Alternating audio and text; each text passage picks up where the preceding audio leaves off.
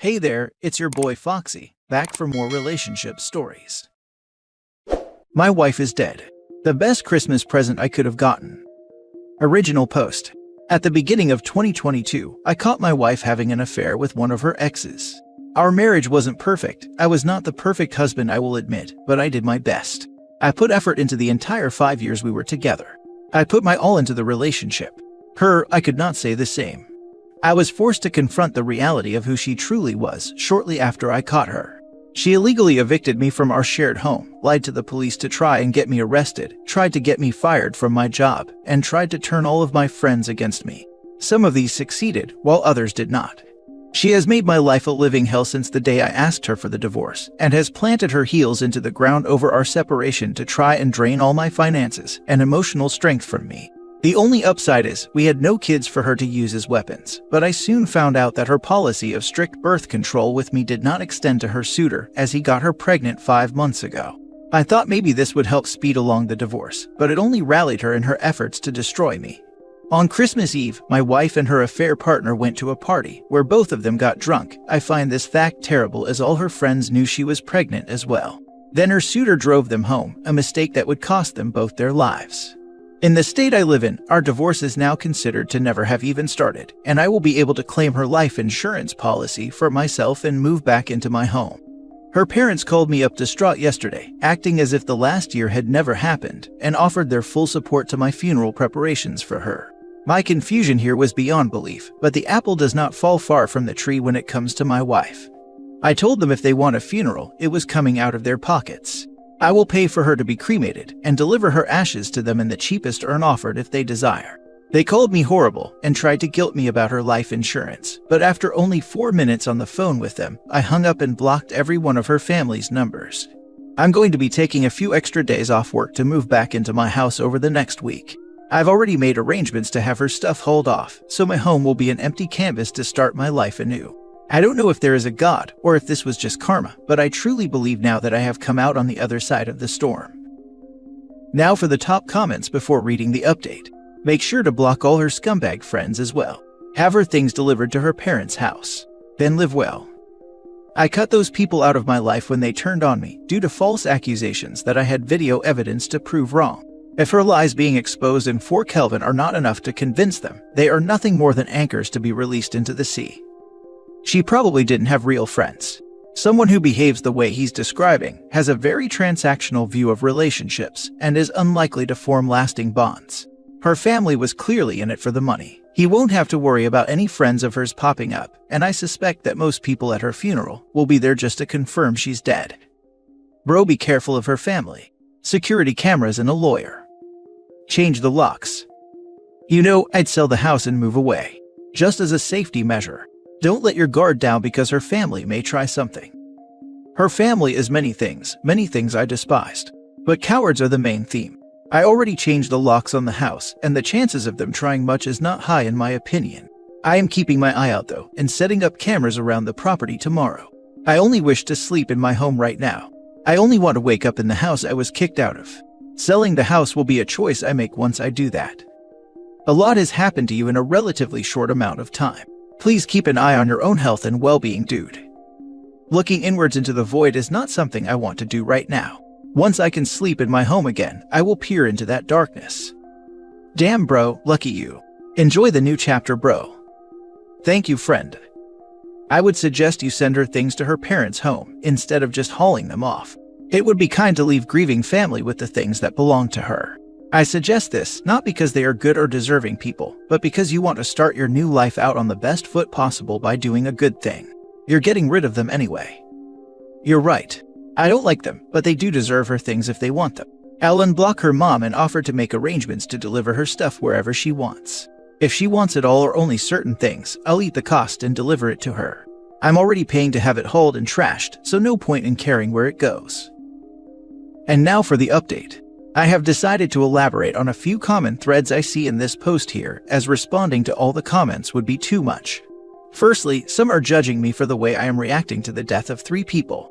You are right, it is not normal nor is it healthy. I feel no emotions toward my ex at this moment. All my hatred, resentment, and regret evaporated when I learned of her death. I feel nothing but relief right now. This void has slowly consumed me over the past few days. I feel numb, like I'm dreaming, like what happened is not real. This woman made my life a living hell for over a year. She set out to destroy me and would not stop until she did. I do not like the fact that I feel this way over the death of 3 people, but that is not a box I feel ready to unpack at this moment. Secondly, I have reached out to my ex's mom today, and things are much more civil as of now. I'll pay the hauling company to move her stuff into one of their storage units, and they can figure out the rest. Her mother revealed to me that they cannot afford to host a funeral for my ex. I am 100% the legal beneficiary of her life insurance. Despite my past hatred for her family, I told her mother I will give them a small amount from her life insurance so they can have a service and arrange burial logistics for her. This is contingent on us cutting ties after, and I will not be involved any further in her funeral. I will still be talking to a lawyer. Lastly, I am not going to elaborate any further, except the only lives lost was hers, her suitor, and their unborn child. Some are saying I should sell the house. Right now, I only want to return to my home. The details of where I end up, either there or somewhere over the rainbow, are yet to be determined. I do not know what life holds for me or for any of us. This event happened, maybe for a reason, or maybe the universe has no logic at all. This gift put an end to a period of my life that sent me to the brink of destruction, and it's morbid to think that the death of 3 people was what pulled me to the other side alive. It's interesting how quick it can all change or end. Next story. I found out that my husband and his ex-girlfriend shared a bed together. I'm livid. I feel sick. I feel so betrayed. It all begun last year. It's a long story, but I, 30 female, let my husband, 35 male, stayed at his 33 female ex-girlfriend's apartment. They were childhood friends before they started dating. When I met her a couple of years ago, I thought she's really nice. People describe her as the nicest person, a good friend, and has a good sense of humor. They say she's very honest and incapable of lying. Needless to say, we eventually became friends and trusted her with all my heart. Last year, I had to go on a business trip for a few months. My husband, fiancé at that time, share an apartment, but since I'm working overseas for a couple of months, we decided to not renew the lease to save some money for our wedding and have him stay at his parents' until I'm back. Weeks after I left, my husband Sam called me asking me if he could stay with Rebecca, his ex, as she's desperately looking for a roommate but can't find any. At that point all I said was, "But aren't we trying to save money?" He told me Rebecca isn't looking for a roommate because of the rent. She just doesn't want to be alone in her apartment. She lives in a not-so-safe neighborhood, so I kinda understand.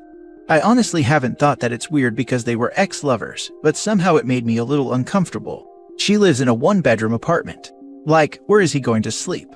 He explained she has a couch, etc., so I told him that it's fine with me. I trust both of them, but I only have one condition: they will never share a bed. He laughed and said, "Of course, babe." The entire time Sam stayed at Rebecca's, they never really made me feel I couldn't trust them. They would video call me, we'd play games online, etc. It was fun. Rebecca would also call me sometimes just to chat. We talk about makeup, her Tinder date encounters, and some other stuff that doesn't involve my husband. One night I was feeling homesick and called Sam, but he wouldn't respond, so I called Rebecca. She answered the call.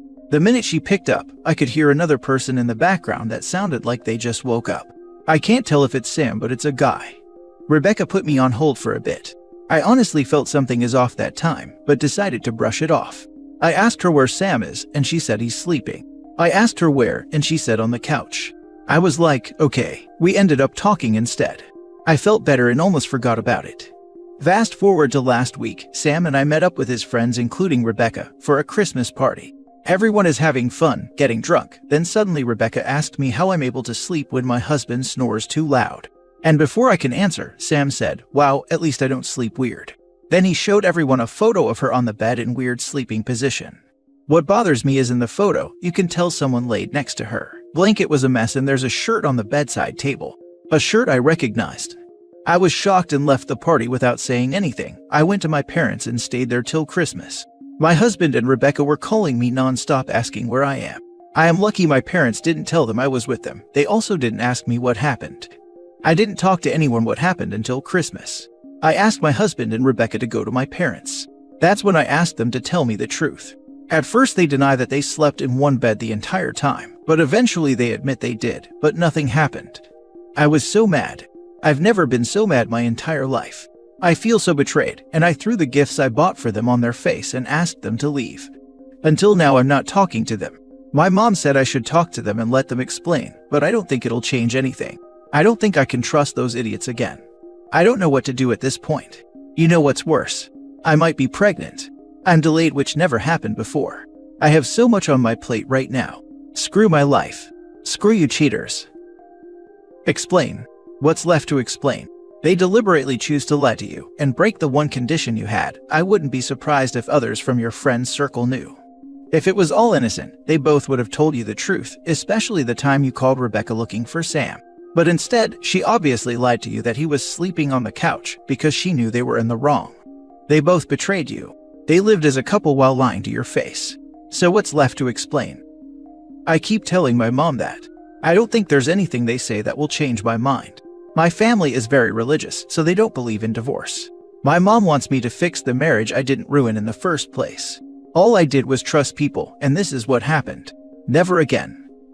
My mom is the same way. That's why I didn't tell her about my divorce due to infidelity until it was almost finalized. Most of my family didn't find out until I was already divorced, because they are also religious. From my own experience, just having a few people in my corner to support me during my divorce made a huge difference. Do you have any trusted friends or any relatives you are able to reach out to for support and possibly a place to stay? I know your feelings are a mess, but trust yourself. It's time to only think about you and what you need to do for your own well-being and mental health. It's now your turn to be selfish and live the life you want without a care in the world. Those two cheaters were not worried about hurting you back then when they living it up together in their apartment without you. Y'all got married and they still left you in the dark knowing they betrayed you. I believe they're only sorry because they got caught, not because they're truly remorseful. Best of luck, OP. It's a long story, but I let my husband stay at his ex-girlfriend's apartment. This is all we needed to know. Pack it up. We're going home now. I know. I'm so dumb to believe that people can be trusted. You're not dumb. Trusting, yes, but dumb, no. We all want at some point to believe that things will be as we've agreed with our significant others. And most on these figured out that which you've just figured out humans are untrustworthy accounts have. You still stood up for yourself, and I hope you never forget to do that. You deserve someone that would never put themselves in that situation. Last story. My wife had a drunken one-night stand. I, 29 male, found out my wife, 28 female, had a one-night stand while on vacation to visit her parents. Some background. I met my wife in a different part of the country from where I grew up. We have been married for 8 years and have a total of 4 children under 8. I am the sole provider for the family, as my wife and I both made the decision that we would rather her raise our children, and when they got older she would finish school and start working again. She just started going back to school this year. Our marriage has not been perfect by any means. We both are stubborn, but there was always love and we both always worked on being a better couple. We don't have enough money for all of us to visit her home state more than once a year. To make up for this, my wife has always flown by herself with the newest baby once or twice each year. This year was the first year I told her to go alone and enjoy her time with her parents. She had a 10-year high school reunion the first night she was back and ended up drinking way too much when she normally doesn't drink at all. She told me she had a margarita and 5 shots of tequila during the night and ended up going back to her friend's house with her ex-boyfriend, and she slept with him. She claims he started it and she just went along with it.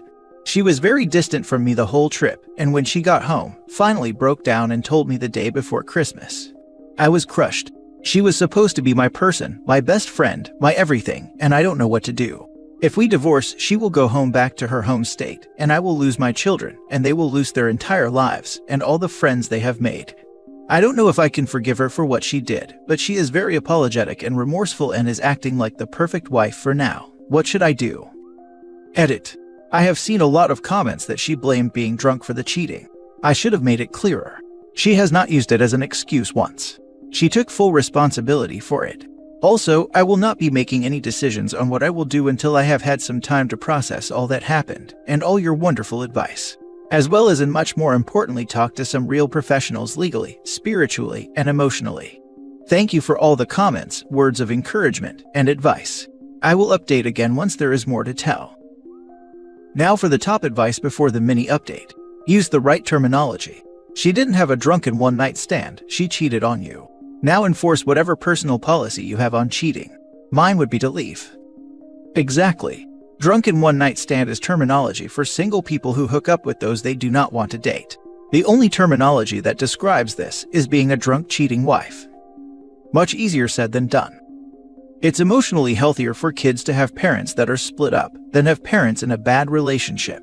If you decide to stay, take the next 6 months or year of your life and see if you can forgive her. Maybe try couples therapy to help you get there. If after that time you have not fully forgiven her, you probably never will. It wasn't just a drunken one-night stand. There's more to her story. That's what I believe. Her story went from enjoying the reunion, to going back to her friend's house with the ex tagging along for some reason, to her fighting with her ex, to her sleeping with him. It doesn't make any sense. Did he use protection? No, which makes things even worse. Now for the mini update. Thank you everyone for your words and advice, except the guy who said I might like it. I will be talking with a lawyer and a counselor next week. I set up appointments for both. I am very new to forum, so I'm not quite sure how to update the actual post, but I will once I figure it out and there is more to add.